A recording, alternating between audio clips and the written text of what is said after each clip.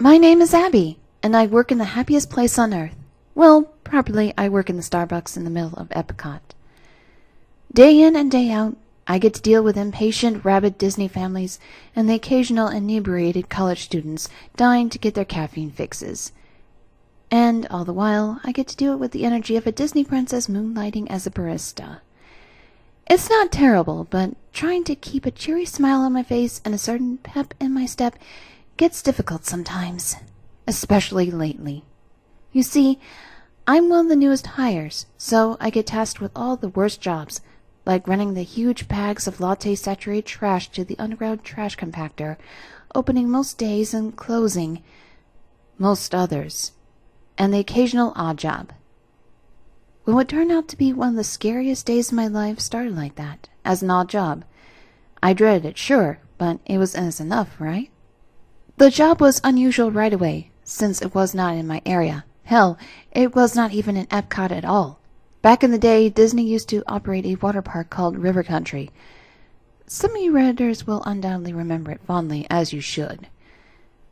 The whole idea of the place was that it's supposed to look natural, so they built a bunch of realistic-looking rock formations and tried to blend it into the wildlife as much as possible. They took the theme even farther by connecting the pools to the adjacent bay lake, basically damming it off. The bottoms of all the pools were sandy like a natural body of water, and the water was all filtered from the lake. It was a genius idea, and the park was a success ever since it opened in the 1970s. In 2001, the park closed for good. Disney gave a lot of reasons why, but the real one was simple. They had death on their conscience. Growing up in Florida, like me, you hear a lot of the brain-eating bacteria that live in the water. These are the Naligeri fluoride bacteria that live in fresh, warm water. They can get to your brain through your nose and cause a fatal infection. Here in Florida, a kid will die of it every 10 years or so, and it'll be all over the news. Of course, it does not put you off jumping into the lakes and rivers. Your parents just told you to hold your nose shut like all the other kids, and bam! No bacteria for you. As it turns out, Disney's filtration system was not enough to get everything out. The water in River Country, pumped in from Bay Lake, was contaminated with the bacteria, and took the life of an 11-year-old boy. After the fatal flaw of River Country's design was uncovered, it was shut down. Rather than demolish it, Disney decided to abandon it. Everything still stands today, intact and eerie, slowly but surely being overtaken by nature. How do I play into this? Well, as if the story of River Country is not foreboding enough, all the lights and music still run at the place. I've heard a lot of reasons for it, everything from preserving the remaining magic to the notion that the light and sound system is shared with some of the resorts. Whatever the reason, someone has to go out and change those light bulbs when they go out. Last night, one went out, and that lucky soul that was to replace it was yours truly.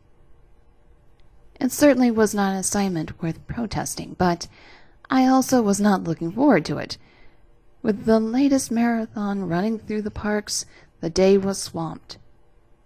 By the time I was able to grab the light bulb and trek out to River Country, it was twilight, and my shift was nearly over.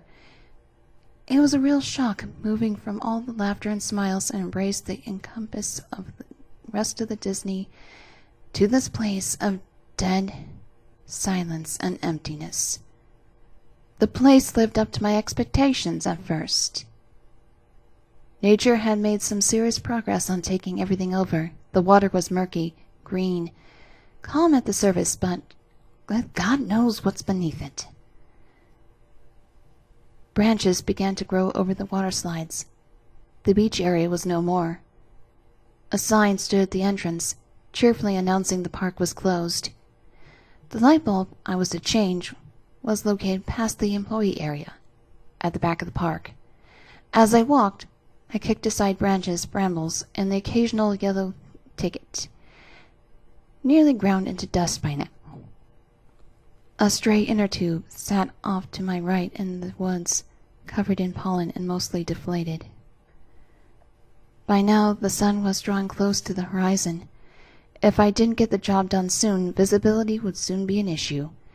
I picked up my pace, but could not help but to shiver as I sped past the pool where the boy had caught his fatal infection.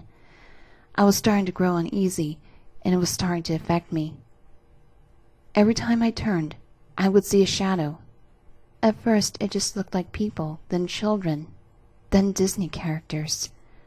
I swear I saw a familiar mouse staring at me from deep in the trees, but it was too dark to tell. But my mind had been playing tricks on me, right? Finally, I reached the employee hut. As I walked beyond it, I saw a glimpse of color behind the dusty window. Stopping dead, my heart starting to race, I debated running around. The wind was picking up, and leaves were rustling all around me. Goosebumps rose up all over my skin. I sighed against it, and speed walked to the only dark light bulb on the property. Just as I was about to breathe a sigh of relief, the mysteriously dead light bulb began to flicker. My heart nearly stopped, but I stepped forward anyway. Now the light turned on and stayed bright. I took another few steps, then stopped in my tracks. Now, all the rest of the lights in the park were flickering. In shock and fear, I dropped the light bulb I'd been carrying and it shattered on the ground. As the hairs on the back of my neck rose, I swear I heard something. And don't laugh, but damn it, if it didn't sound like Goofy in the background, I know, it sounds insane, but when you spend as much time around the characters as I do, I knew his voice and his laugh. I would have recognized it anywhere, and I heard it echo through that place. The second, all I could hear was my breath as I turned and ran. I tried to stop myself from looking through the window as I raced by, but I couldn't. And what I saw haunts me to this day. Goofy was behind the glass, dressed in a silly swimsuit with his inner tube. Thick maroon blood was dried up all over his black and white outfit, caked in his fur. Moss covered part of him, dust the rest. The employee hut was filling with water as he stood there, banging on the glass, smiling a wicked smile. I can still hear the sick thumping sound of his fists on the window when I try to sleep. Thump, thump, thump. I could see the fur on Goofy's costume getting wet, see the water starting to turn red, see the movement that meant he was anything but animatronic. Just as I realized just how real he was, the glass window shattered, and the foul lake water spilled out. Goofy stood there, laughing and laughing and laughing, starting to crawl through the window. I turned to run, but I felt cold, slimy hands on my shoulders holding me back.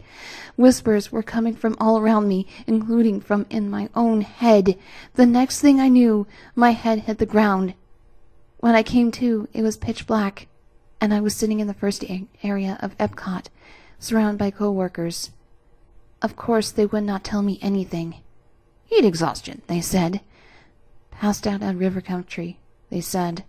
Found by maintenance, they said.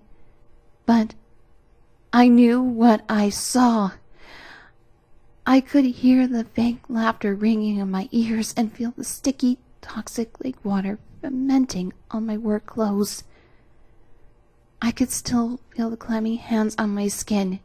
Believe me, Reddit, no one else does. And I have to go back to work soon. My name is Abby, and I'm scared of what else the mouse might have in store for me.